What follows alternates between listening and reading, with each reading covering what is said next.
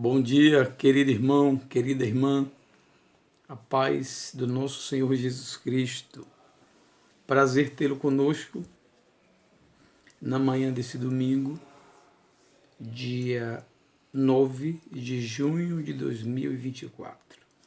Nós somos a Igreja Batista Sião, em Salvador, Bahia, e você é o nosso convidado para a nossa escola bíblica dominical. Para você que já está conosco há um tempo nos acompanhando, estamos estudando hoje a lição 9 da revista que traz o tema O Evangelho de João. Ou seja, nós estamos estudando nesse trimestre o Evangelho de João.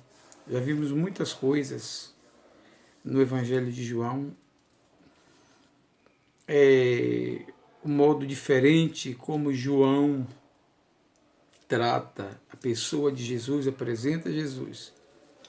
E isso ele faz de maneira peculiar, de maneira própria, do capítulo 1 ao capítulo 12. Ele, na verdade, ele faz uma apresentação do ser, da pessoa de Jesus, a partir da própria essência de Jesus como sendo o Filho de Deus, o Verbo encarnado. Uma apresentação de Jesus também como sendo o que de melhor e mais essencial nós temos, como a água, como o pão. Jesus é a porta das ovelhas, Jesus é a fonte de vida eterna, Jesus é tudo, e ele faz essa apresentação a respeito de Jesus de forma singular, menos biológica, narrativa biológica de Jesus, mais focada vamos dizer, na teologia de Jesus. Tanto é que ele é chamado de João, o teólogo também. Mas hoje, de forma especial, nós vamos ver o que acontece agora a partir do capítulo 13. Do capítulo 13 ao final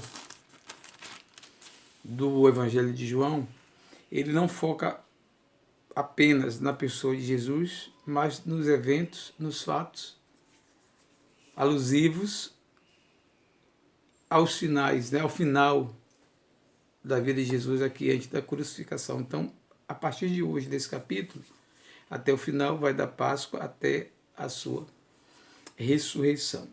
E o capítulo 13 é um capítulo dinâmico, muitas informações, muitas histórias.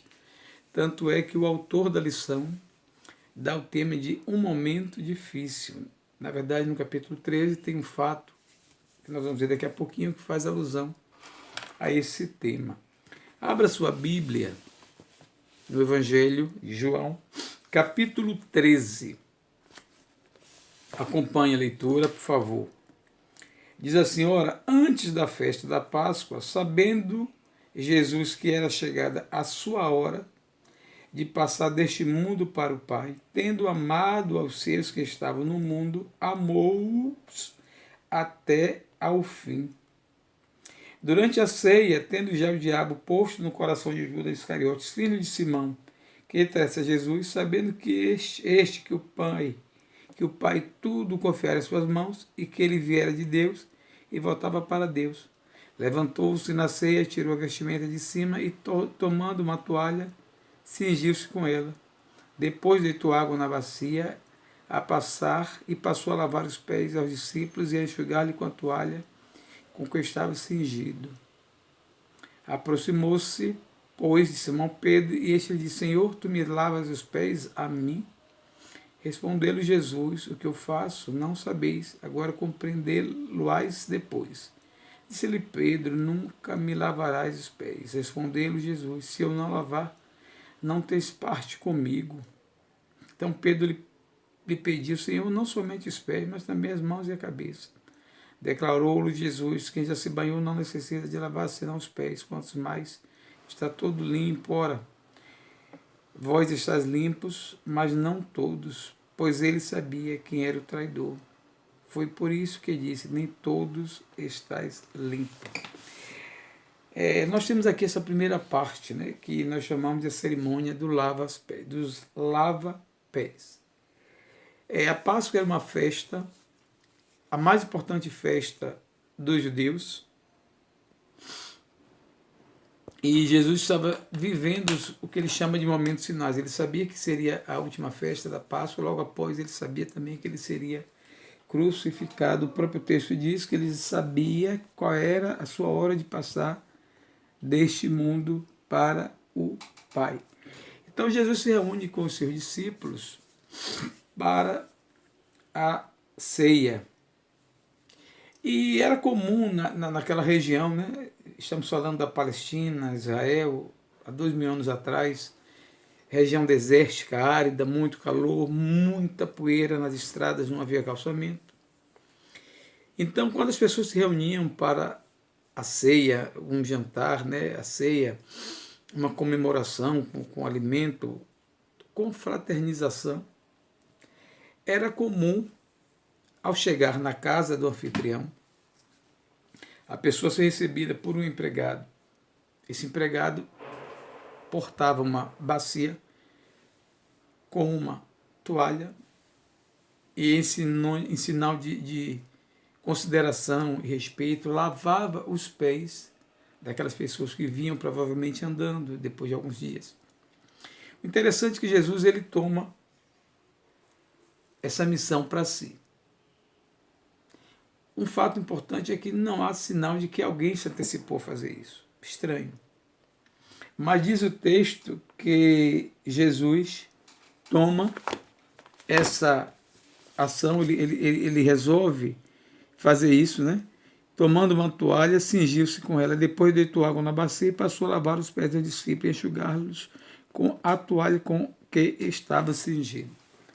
Então o que nós temos, na verdade, é uma escola ministerial. E nós aprendemos menos com o discurso e mais com a prática, ou mais com o exemplo. Isso desde a infância a gente aprende muito com o que a gente faz. Então não é importante, não adianta falar muito e não fazer, melhor fazer. Eu lembro que uma vez meu filho, que está homem hoje, era criança e minha esposa disse: Almir, preste atenção, tenha cuidado, porque Silas copia tudo o que você faz.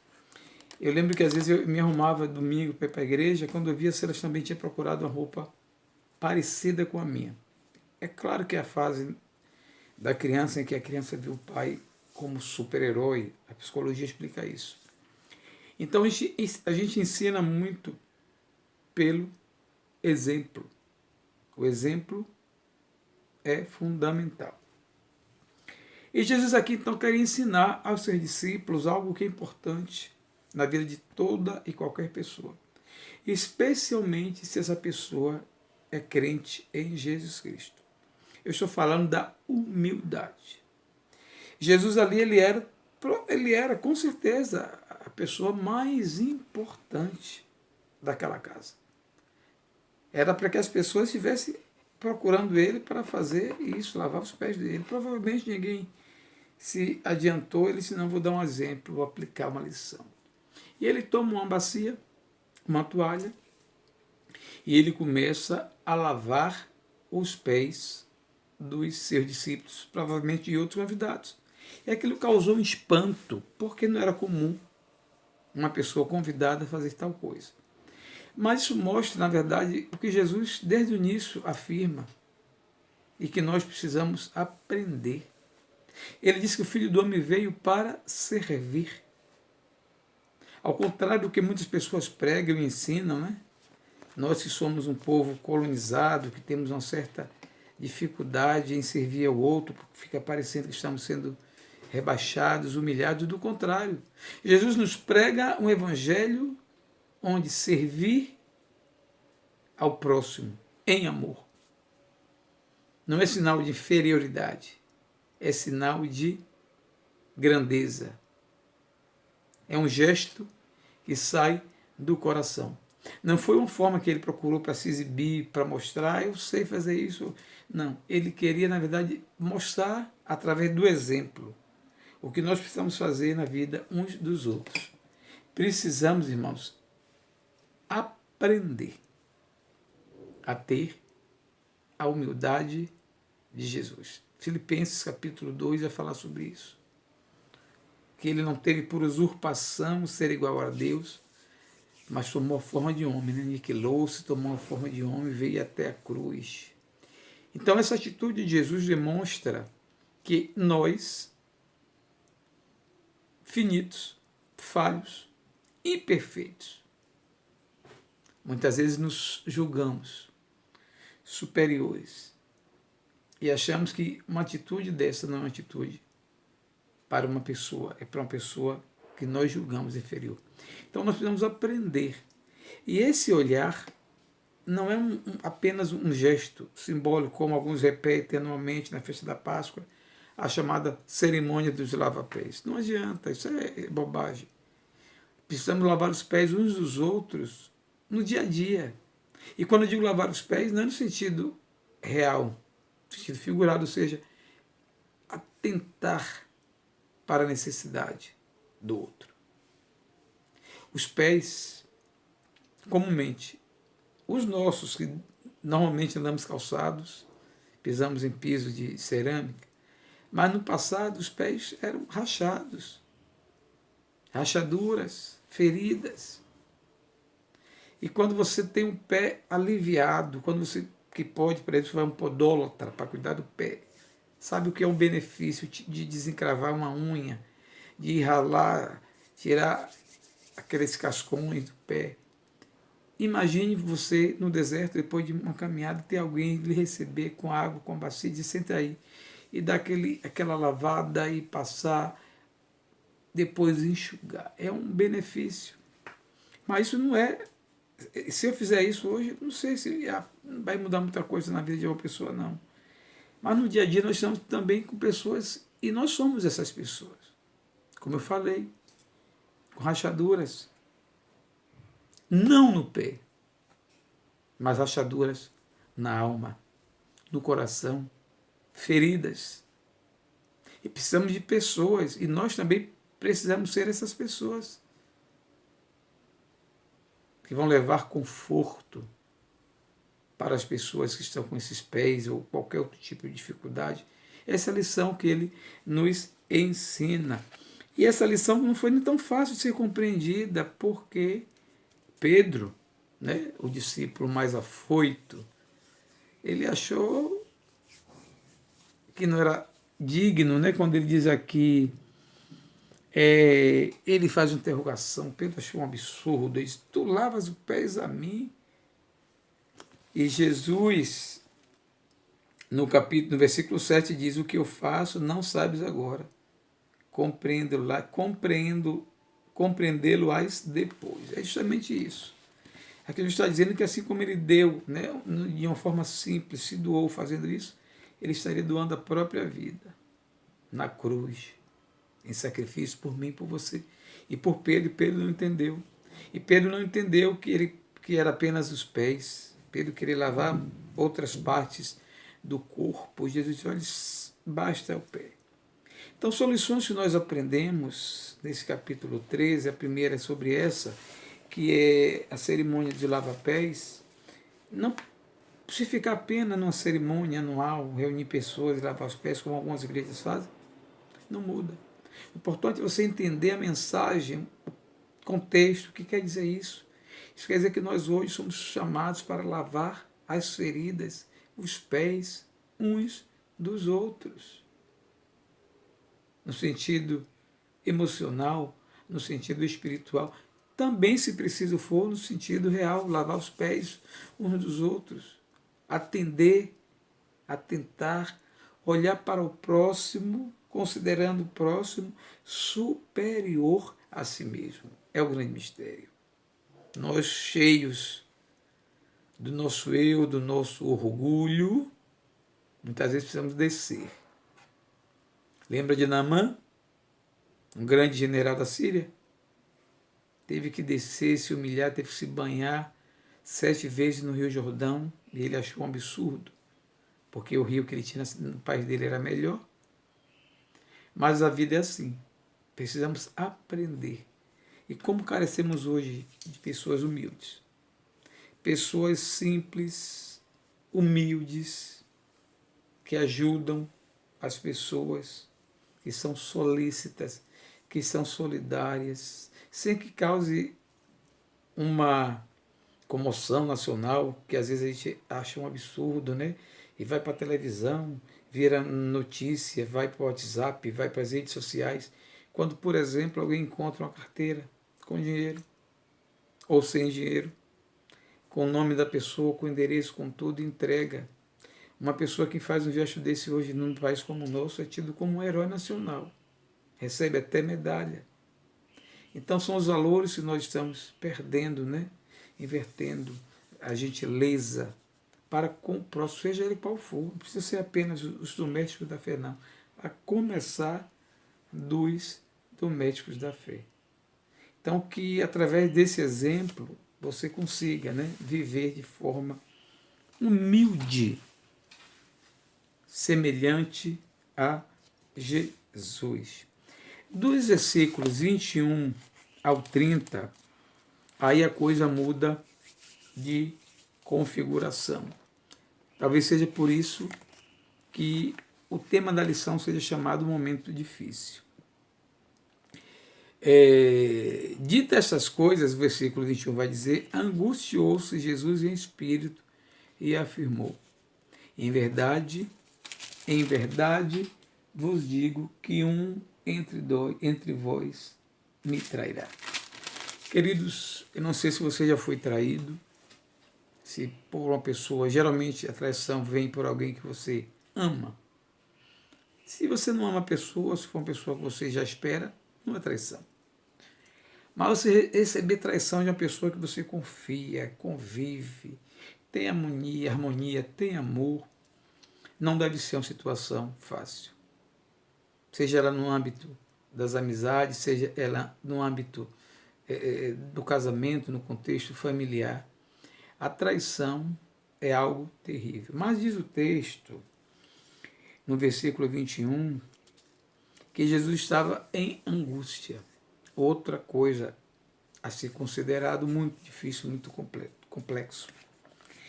Eu ouço falar de pessoas, já ouvi pessoas dizendo, e elas não conseguem descrever o que é a angústia. Acompanhei pessoas com síndrome do pânico e outras coisas mais. E elas falam que uma das características é uma angústia. E elas me definiram, uma delas me definiu como sendo algo, um bolo na garganta que não consegue nem subir nem descer. Você imagina que tem um bolo na garganta, você não consegue respirar, você não consegue também fazer o alimento, o líquido descer. Deve ser uma situação. Ela não conseguia descrever. E ela usou essa comparação, essa expressão. Jesus sendo Deus, agora na forma de homem também, assim como eu, como você, que por momentos, né, nós sofremos de angústia. Jesus também estava muito angustiado. Muito. Diz o texto que ele estava angustiado em espírito. Uma angústia profunda. Porque Jesus sabia, daqui a pouco, daqui a uns dias eu vou morrer. Mas o problema é que ele seria traído, entregue, por alguém que convivia com ele, alguém que ele amava, alguém que estava com ele ali. E no versículo de número 21, ele diz: é verdade, que um dentre vós me trairá. Aí foi um problema, porque quando Jesus disse isso, ele não apontou, ele não disse quem era, ele disse: um de vós me trairá. E começaram então, houve provavelmente um mal-estar, uma discussão entre eles, um olhando para o outro, dizendo: não é você, um pensando que era o outro. Isso provavelmente aconteceu. E diz o texto: ora, ali estava conchegado a Jesus um dos seus discípulos, aquele a quem ele amava. A esse fez Simão Pedro sinal dizendo: pergunte a quem ele se refere. Então aquele discípulo, reclinando-se sobre o peito de Jesus, perguntou: Senhor, quem é? Então esse discípulo que estava muito próximo a Jesus, inclusive no quadro pintado por Leonardo da Vinci da Santa Ceia, ele está com a cabeça reclinada, dizem que é o apóstolo João. que foi conhecido como o apóstolo do amor. E Pedro, então, manda que ele pergunte, tipo assim, você que é o mais próximo, você que tem mais relação com Jesus, mais íntimo de Jesus, pergunte a Jesus quem é. E ele, então, pergunta a Jesus quem era. E Jesus diz: é aquele a quem der o pedaço de pão molhado. Tomou, pois, um pedaço de pão e, tendo-o molhado, deu a Judas, filho de Simão Iscariotes. E, após o bocado, imediatamente entrou nele Satanás. Eu não quero afirmar, mas eu penso que foi o seguinte: como João falou a Jesus, provavelmente no ouvido, porque estava muito próximo de Jesus, Jesus, quando disse assim, aquele a que eu der o bocado de pão molhado, Jesus não falou, acho que de forma audível para que todos ouvissem, porque de certa forma ele estaria já entregando, denunciando a pessoa. Eu creio que quando Jesus falou também, é aquele a quem deu um pedaço, falou no ouvido de João, molhou o pão e deu a Judas. Isso eu estou dizendo, não estou afirmando. Porque é interessante que mostra inclusive o cuidado de Jesus. Que coisa linda, que coisa ele não expôs. Ele lançou e naquele momento qualquer um daqueles poderia ser o traidor, mais especificamente quem estava dando brecha, quem já havia aberto o coração para o mal, para o diabo, era Judas há um tempo. E diz o texto logo depois Satanás entra no coração de Judas. Então, que exemplo que Jesus dá, que cuidado ele tem para com as pessoas, especificamente para os seus discípulos. Então o texto vai dizer que Judas, e logo mais tarde nós vamos ver Judas entregando Jesus. Então é uma dor muito grande, é um momento difícil para você conviver, estar com uma pessoa que prontamente está preparando algo para você, está ali ao seu lado, mas é contra você. Mas a atitude de Jesus, o gesto de Jesus de nobreza, que nós precisamos aprender. Às vezes nós, quando sabemos que tem alguém que não gosta da gente, a gente fica até com vontade, muitas vezes até de matar a pessoa. Mas Jesus, ele dá um exemplo muito grande. É o próprio Judas. Ele poderia, teve tempo, mas ele não aceitou a conversão. Ele opta por entregar Jesus. Na vida assim também, às vezes nós somos traídos por pessoas a quem amamos, por pessoas que a gente pensa assim, jamais seria traído. E as amizades, às vezes, elas enfraquecem, os laços são quebrados. Mas ainda assim, caso houve algum momento de traição, é possível um conserto, é possível o perdão para a pessoa que o traiu, ou também se você já traiu alguém, é possível. E mais que possível, é preciso o perdão de ambas as partes. Perdoar é um gesto valioso e importante. Do capítulo 31 ao 38, nós estamos fazendo um resumo do 31 ao 38. Começa no versículo 31. Quando ele saiu, ele é Judas, que ele pega o dinheiro e disse que ia comprar coisa para a Páscoa. Ele era o tesoureiro. Quando ele saiu, disse Jesus: agora foi glorificado o Filho do Homem, e Deus foi glorificado nele. Se Deus foi glorificado nele, também Deus o glorificará nele mesmo, e glorificá-lo-á imediatamente. Filhinhos, ainda por um pouco estou convosco, buscar-me-eis, e o que eu disse, os judeus também agora vos digo a vós outros, para onde eu vou, vós não podeis ir. Novo mandamento vos dou, que vos ameis uns aos outros, assim como eu vos amei, que também vos ameis uns aos outros. Nisto conhecerão todos que sois meus discípulos, se tiverdes amor uns aos outros.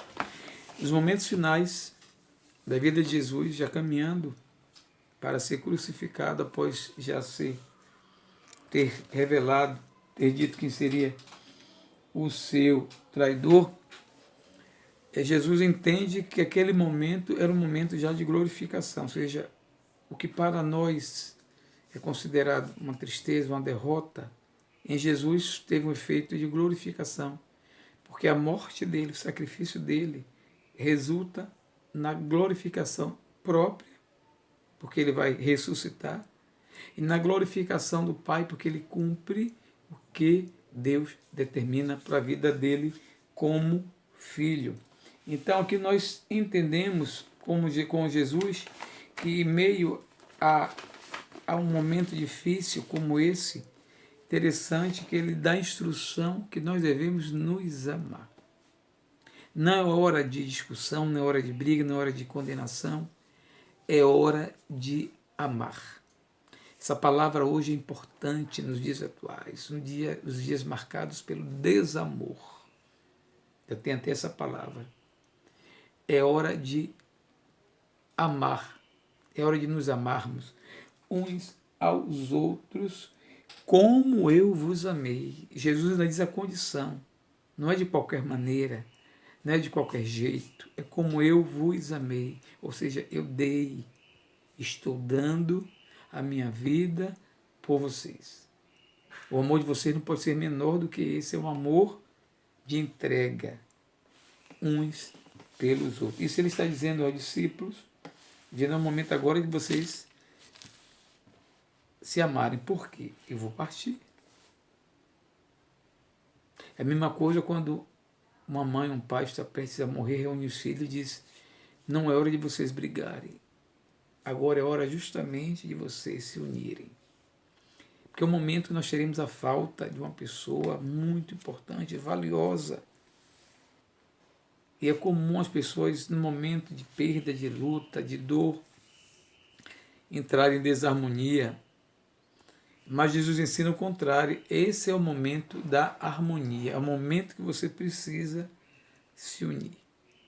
Os discípulos, como igreja de Jesus, sabiam que a unidade deles, o amor entre eles, seria garantia, evidência daquilo que Jesus, durante os 3 anos, os ensinou antes de partir. E a igreja nasceria a partir desta unidade. Atos capítulo 2 vai falar a respeito disso.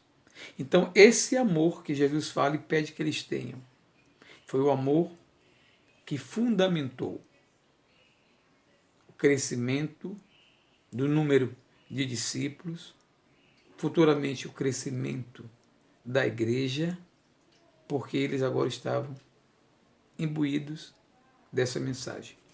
2 grandes lições nós extraímos desses versículos. Desses versículos já lemos a humildade logo no início e agora o amor. Fundamental para as nossas vidas. E dos versículos de número 36 a 38, vamos ler rapidamente, diz o seguinte: perguntou-lhe Simão Pedro: Senhor, para onde vais? Respondeu-lhe Jesus: para onde eu vou não me pode seguir agora, mais tarde, porém, me seguirás. Replicou-lhe o Senhor Pedro: Senhor, por que não posso seguir-te agora? Por ti daria a própria vida. Respondeu Jesus: darás a vida por mim? Em verdade vos digo que jamais cantará o galo antes que me negues 3 vezes. Novamente nós temos Pedro, sempre Pedro, né, numa atitude impetuosa, muito altivo, sanguíneo. Ele então se antecipa, querendo saber para onde é que Jesus ia. Ele não entendia muitas coisas, tinha uma certa dificuldade de entender as coisas espirituais. Ele quer ir atrás de Jesus e diz: agora não dá não, mas você vai depois. Não satisfeito, ele disse que, se possível, no versículo de número 38, 37, por ti daria a própria vida. Aqui nós temos uma fala dele, né, da boca para fora, sem pensar. Ele te daria vida por Jesus. Jesus disse, olha, você está dizendo, cuidado, que daqui a um dia você vai me negar. Antes que o galo cante, tu me negarás 3 vezes. Esse galo eu aprendi há pouco tempo, segundo alguns, não é um animal, porque não haviam animais na porta lá do templo. O galo era uma trombeta que os soldados tocavam para mudar os turnos. E parece que o som era muito parecido com o do galo, ou era no horário que o galo cantava, mas eu aprendi que não é o galo animal, coisa que a gente aprende com o tempo. O importante é que precisamos ter cuidado com as nossas afirmações, para não sermos levianos, como Pedro foi. Precisamos pensar naquilo que falamos, naquilo que dizemos, naquilo que afirmamos, naquilo que prometemos a Deus. E ele foi infeliz, infantil, e o próprio Jesus disse, olha, você vai me negar 3 vezes. E aí você entende agora o porquê momentos difíceis. Jesus não foi só traído por Judas, que ele já sabia, mas ele foi conhecido, foi traído, de certa forma, por Pedro, o seu principal discípulo, a quem ele vai confiar a tarefa de dar continuidade à igreja. Então são lições, queridos, que nós saímos desse capítulo 13, é apenas uma síntese, um resumo. A minha oração, meu desejo é que você tenha lido, tenha estudado em casa esse capítulo 13 de João, a fim de que você cresça, guardando pelo menos algumas coisas, como a humildade e o amor. Que Deus te abençoe, te dê uma manhã feliz, juntamente com sua família. Até o próximo domingo, se Deus permitir, em nome de Jesus.